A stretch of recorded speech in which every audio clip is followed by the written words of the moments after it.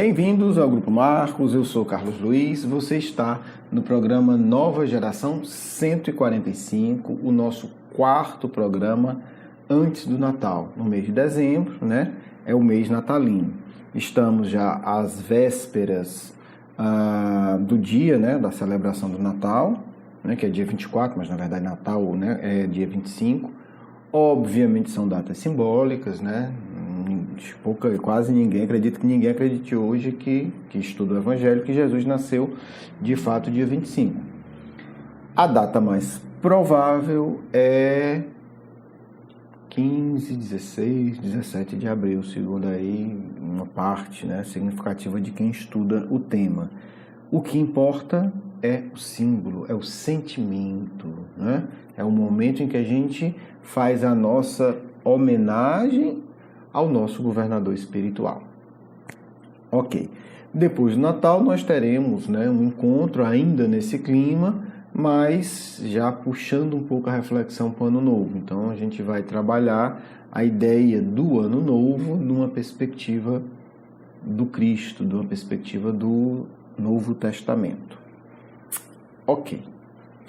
Bem, se você acompanhou os dois últimos episódios, você deverá lembrar que nós estamos trabalhando a conhecida parábola do filho pródigo, né? Assim que ficou conhecido, apesar de hoje ter outro nome.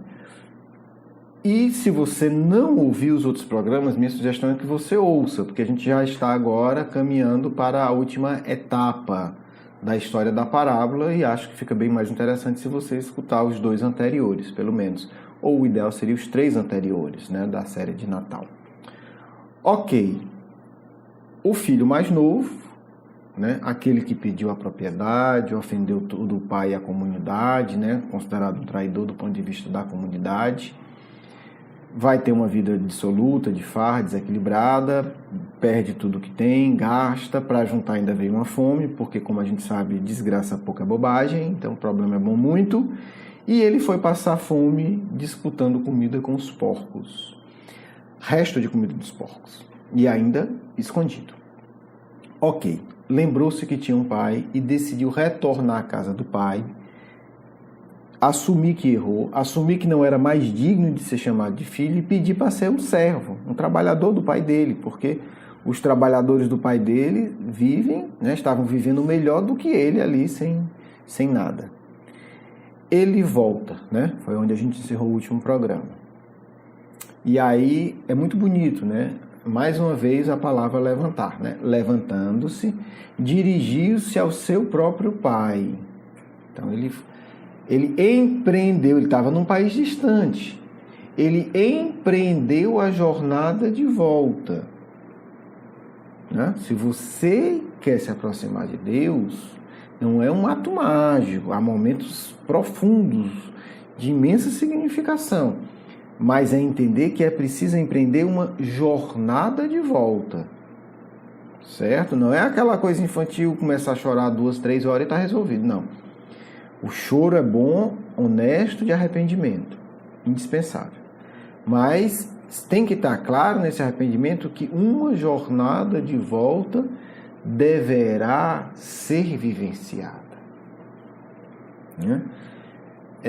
Então ele vive essa jornada de volta e já está agora se aproximando do pai, da casa do pai, da propriedade em que ele pegou a parte dele e vendeu. Só que não esqueçamos da situação dele.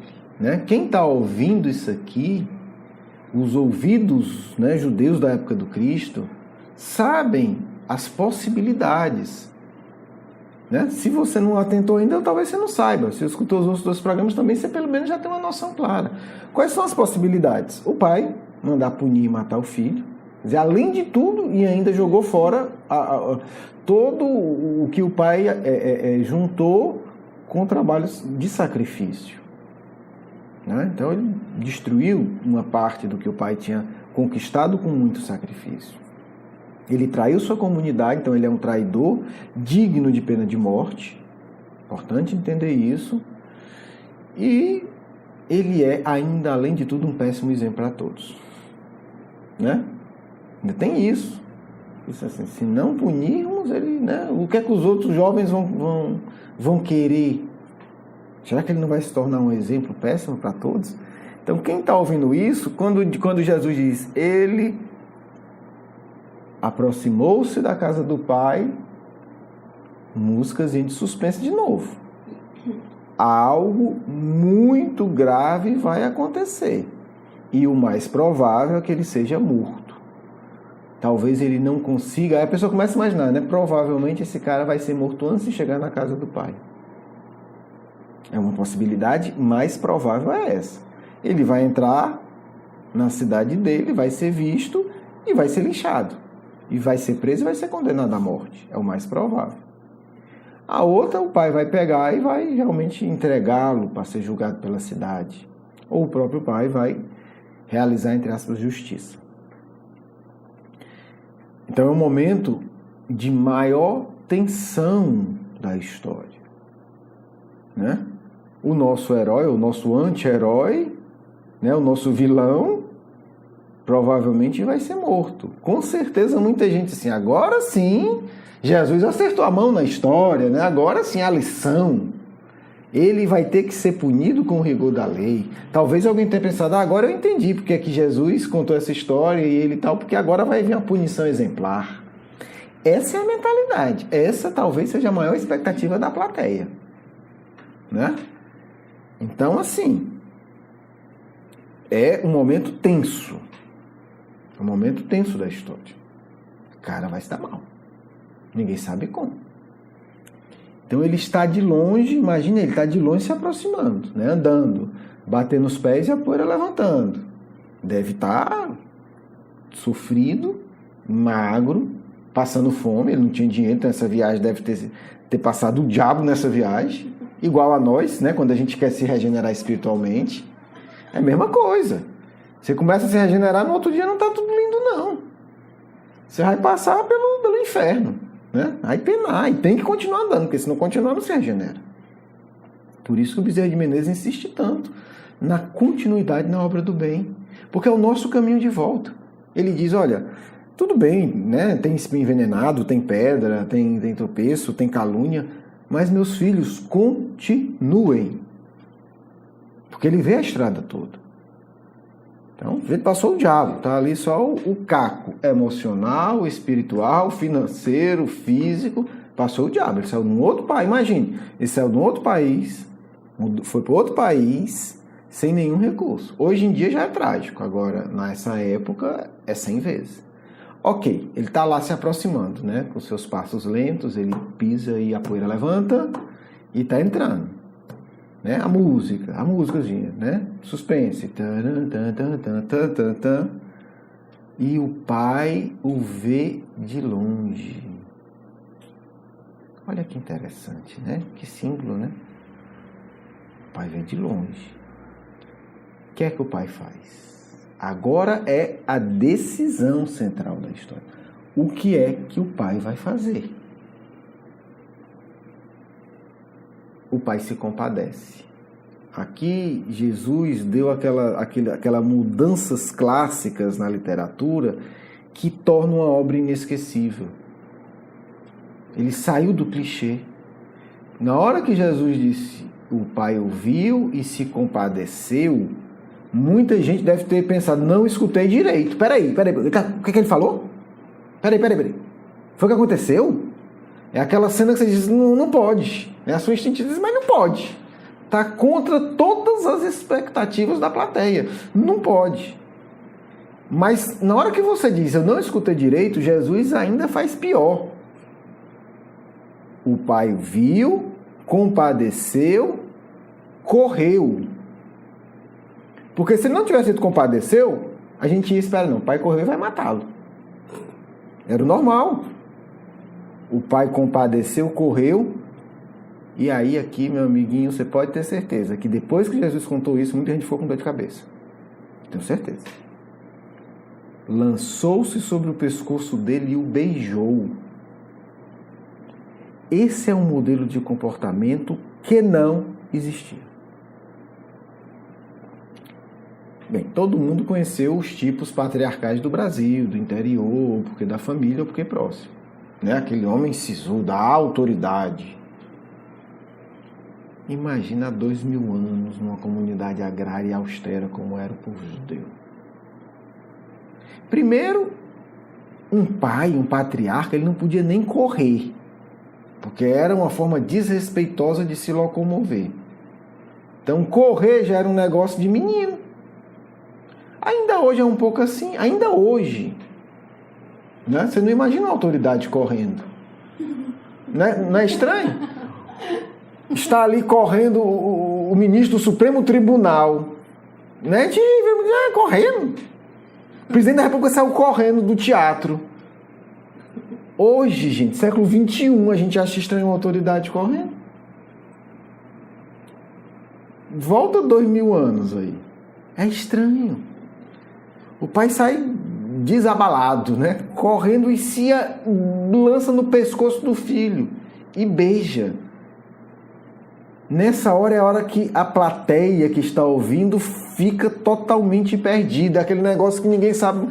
Uns riem, outros choram, uns acham graça, outros acham que não entende, uns ficam com raiva, porque, assim, é um desfecho dessa cena inimaginável. Nós estamos diante de algo que as pessoas dizem assim, não, eu não ouvi direito. Peraí. Ele viu, se compadeceu, correu, abraçou o sujeito e beijou repetidas vezes. Só que os sábios, aquelas pessoas sábias não de intelectualidade, que compreendem a própria cultura que estava ouvindo Jesus, entendeu o que estava acontecendo. Aí é que está. O que eu narrei foi para a grande plateia. O grande público se emocionou e se confundiu. Mas quem conhecia de fato a cultura sabia exatamente o que estava acontecendo. O que esse pai estava fazendo era outra coisa. Na cultura. Não estou falando de interpretação espiritual. O que esse pai estava fazendo era salvando a vida do filho. Era um pai que desobedeceu todos os preceitos da própria autoridade para salvar a vida do filho que o tinha traído. Quem entende a cultura está vendo isso. Meu Deus, o que é que esse homem fez para salvar a vida desse filho ingrato? Então tem a cena, mas quem entende por quê? Porque o pai sabia que o filho não chegaria vivo até a porta da casa dele. Aos olhos da comunidade, ele era um criminoso digno de pena de morte. Então, o que o pai fez chocou todo mundo. Porque o pai é a autoridade, é um ancião. Então, todo esse comportamento alegre, estranho e maluco, que choca, que desnorteia, tinha uma outra finalidade. Salvar a vida do filho. O pai pôs-se em risco para salvar a vida do filho. Ele está abraçado, beijando, como quem disse, alguém vier matar, me mate também. Então é um deslocamento do pai que significa eu morro com você, mas eu não vou permitir que ninguém lhe destrua. Não estou dizendo que eles estão errados, não estou discutindo nada. Eu estou grudado no seu pescoço e lhe beijando. Quem vier lhe matar vai ver isso e vai ter que me matar junto. E aí o que é que o filho diz? Pai, pequei contra o céu e diante de ti. Não sou mais digno de ser chamado teu filho. Reação do pai. Chamou os servos e disse: trazei-me a principal estola ou veste nobre, a principal. Vestiu. Isso tem um significado. Né? E Jesus usa muito isso, né? Na festa de núpcias, quem não está vestido adequadamente não pode ficar. Então, a roupa tem um significado de você pertence a isso aqui, você pode ficar aqui. Você está apropriado para viver aqui. Dai um anel para a sua mão e sandália para os seus pés. Como a gente disse, o sujeito estava só o trapo, né? Era um mendigo. que é que o pai fez aqui? Ele restituiu, né? Ele mandou rever o processo de condenação do filho. E disse, eu estou readmitindo com o meu filho. Entendeu? É como se ele tivesse a pena, que poderia ser executada a qualquer momento, e o pai, ao trazer, ao vesti-lo, a dar o anel, símbolo da família, ao dar a sandália, ele está dizendo assim, ele está reintegrado. Ele não tem mais nenhum crime contra ele. Eu decreto que tudo que aconteceu de fato virou passado. A partir de agora, ninguém pode mais executar a pena que ele estava condenado, porque eu que fui, né, a vítima, estou restituindo aos seus direitos. Antes não, mas ele podia ser assassinado. O pai o salva do perigo e agora restitui o seu patamar, o seu status social. E aí o que é que o pai faz mais? Aí alguém diz, não, mas pelo menos vai chamar, ele vai lhe dar um carão, ele vai ouvir.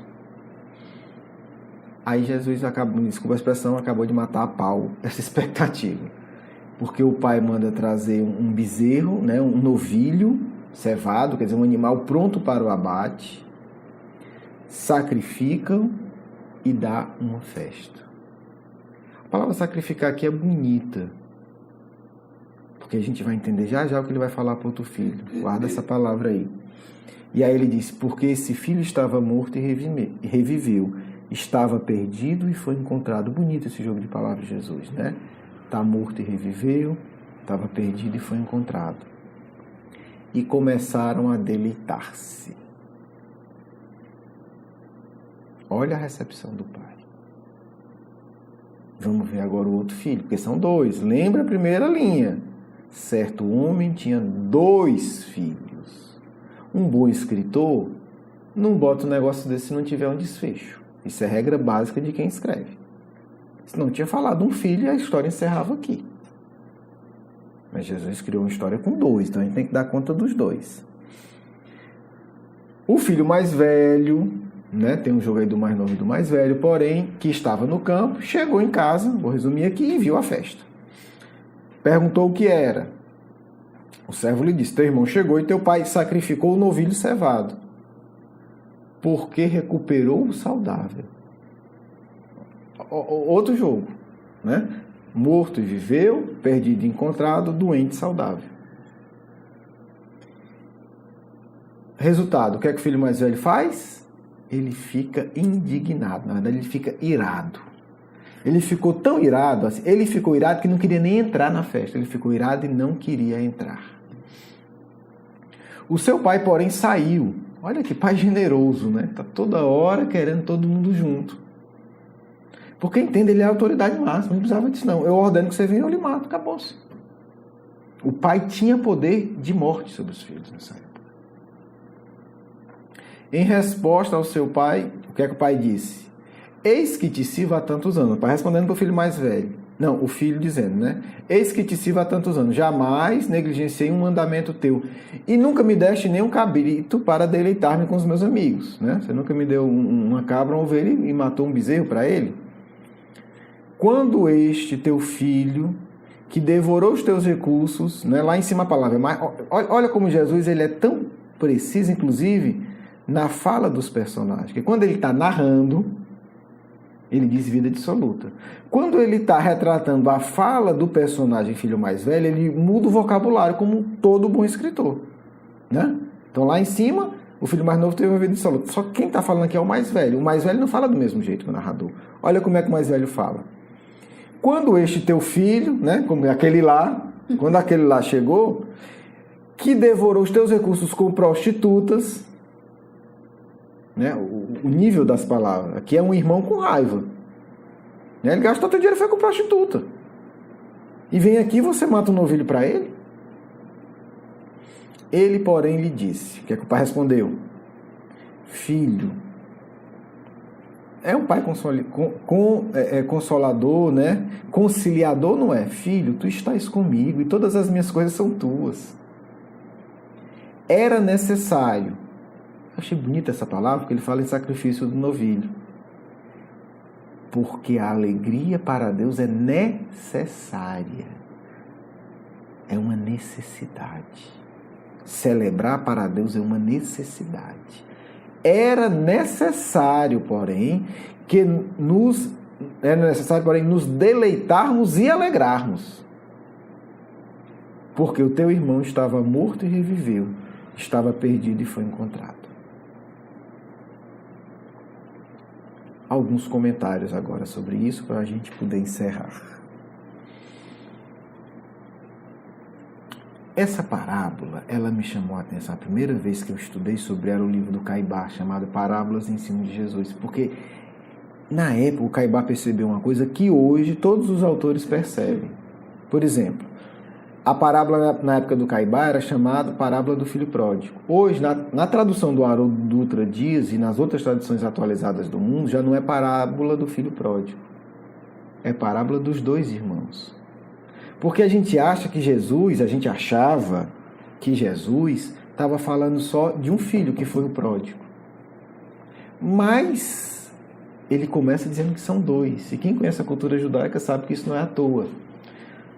De uma intuição, de uma compreensão profunda, o Caibá, já em 1920, pouquinhos, 28 eu acho, ele vai escrever o seguinte: existe o filho pródigo e o filho obediente.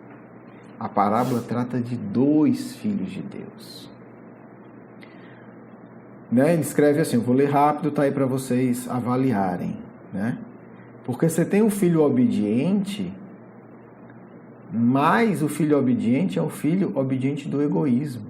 Né? Vou ler só esse trecho do Caibá. Completando a parábola, vemos que o filho pródigo recebeu os bens, saiu de casa, esbanjou dissolutamente numa vida desregrada. E que não foi o filho pródigo, obediente por seu turno, que enterrou os bens, como aquele que enterrou o talento da parábola. Aí na frente ele diz, infelizmente é assim essa atrasada humanidade. Ela se compõe de filhos pródigos e de filhos obedientes. Olha a compreensão do Caibá.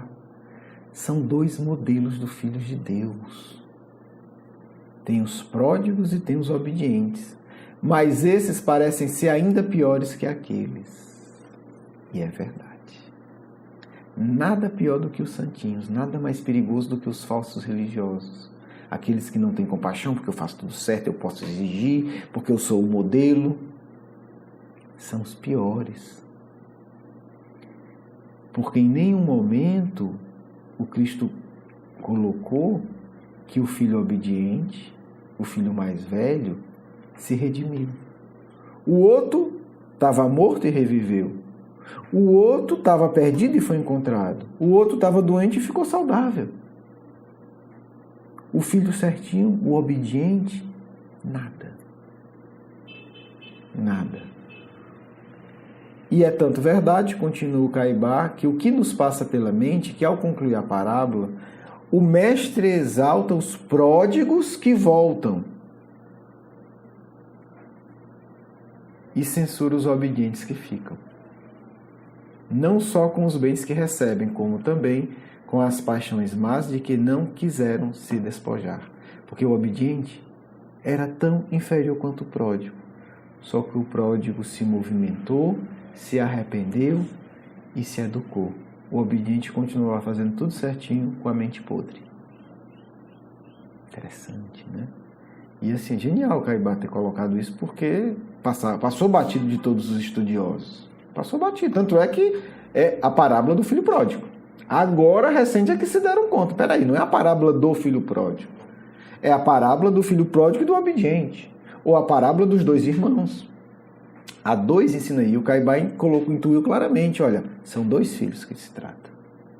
São dois filhos. Bem, vou retomar agora o ponto inicial da série, para a gente encerrar. Nós iniciamos a série falando desse aspecto central de Jesus como aquele que veio integrar.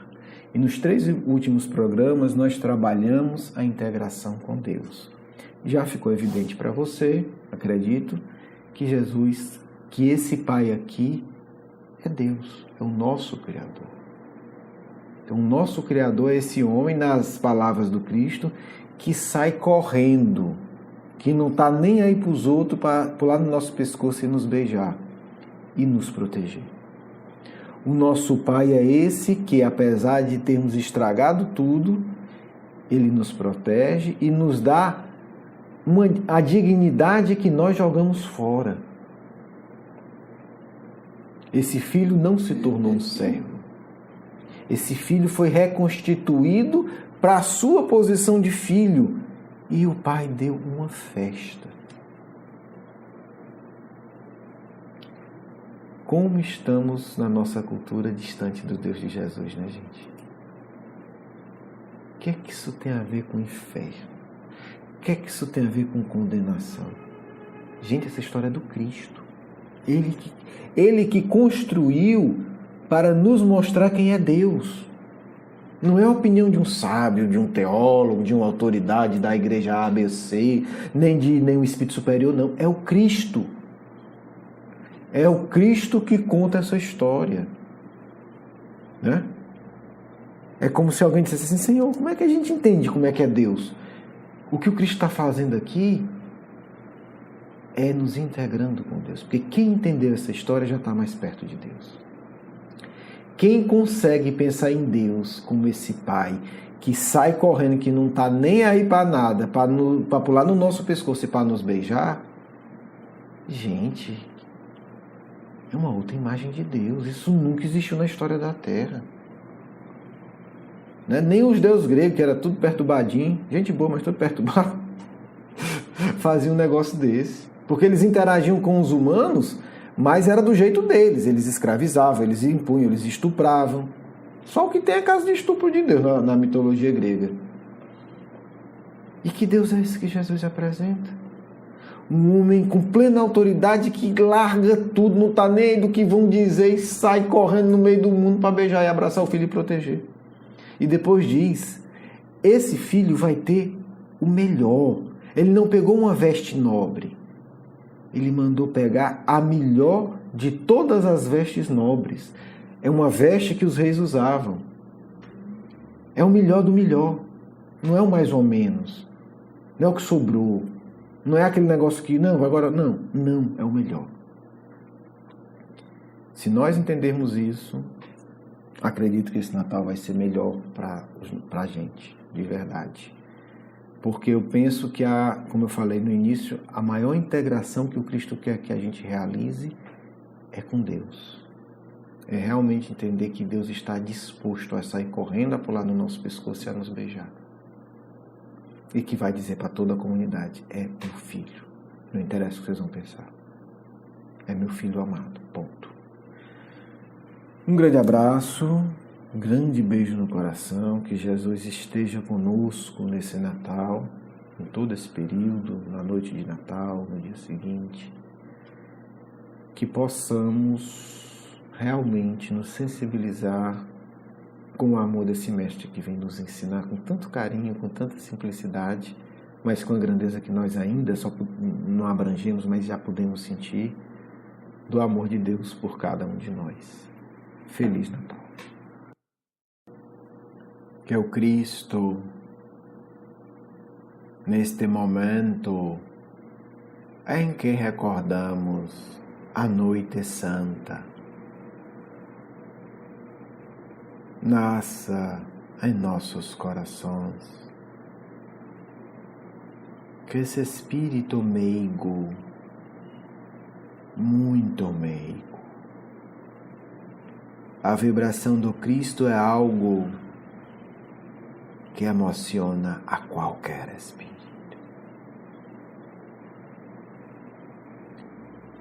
Vamos pedir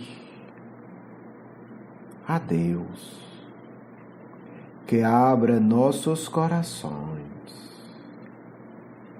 para conseguirmos sentir essa ternura, essa meiguice, este carinho extraordinário que o Cristo tem por cada um de nós, porque posso garantir a vocês, o Cristo é capaz de todas essas atitudes. O Cristo é capaz de sair de seu reino de esplendores indescritíveis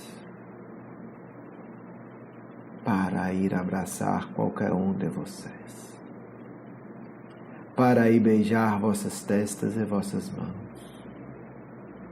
O Cristo é também esse Pai que tudo larga, que larga seu reino e que corre pelas estradas áridas do mundo em busca de filhos pródigos. Não há sacrifício que esse Espírito não tenha feito. Não existe sacrifício que esse Espírito não possa fazer por cada um de vocês. O Cristo não é um líder de massas. O Cristo é um amigo dos corações. Vocês podem ter dificuldade de acreditar, e eu compreendo. Mas eu quero dizer, o Cristo conhece cada um de vocês. O Cristo regularmente olha para a situação de cada um de vocês. E o Cristo muitas vezes chora, porque Ele trata cada um de vocês de irmãozinhos. Ele vela por cada um de vocês. Não há ninguém neste planeta que não seja atenção, objeto de atenção carinhosa desse Mestre. Ninguém. Ele se preocupa, Ele olha, Ele toma providências, Ele faz reuniões, Ele consulta, Ele ora a Deus. Então, acredito ser indispensável que vocês apenas deixem que Ele entre no coração de vocês. Que vocês, num silêncio sincero, se permitam. Porque não precisa se tornar evoluído. Não precisa. Precisa apenas caminhar em direção a Ele. Porque a maior parte do caminho, eu garanto, Ele fará com muita alegria. E após beijar e acariciar você, após lhe dar as melhores roupas, Ele desfilará pela cidade de mão dada, sorrindo, pulando e orando, porque você é o irmãozinho que Ele ama.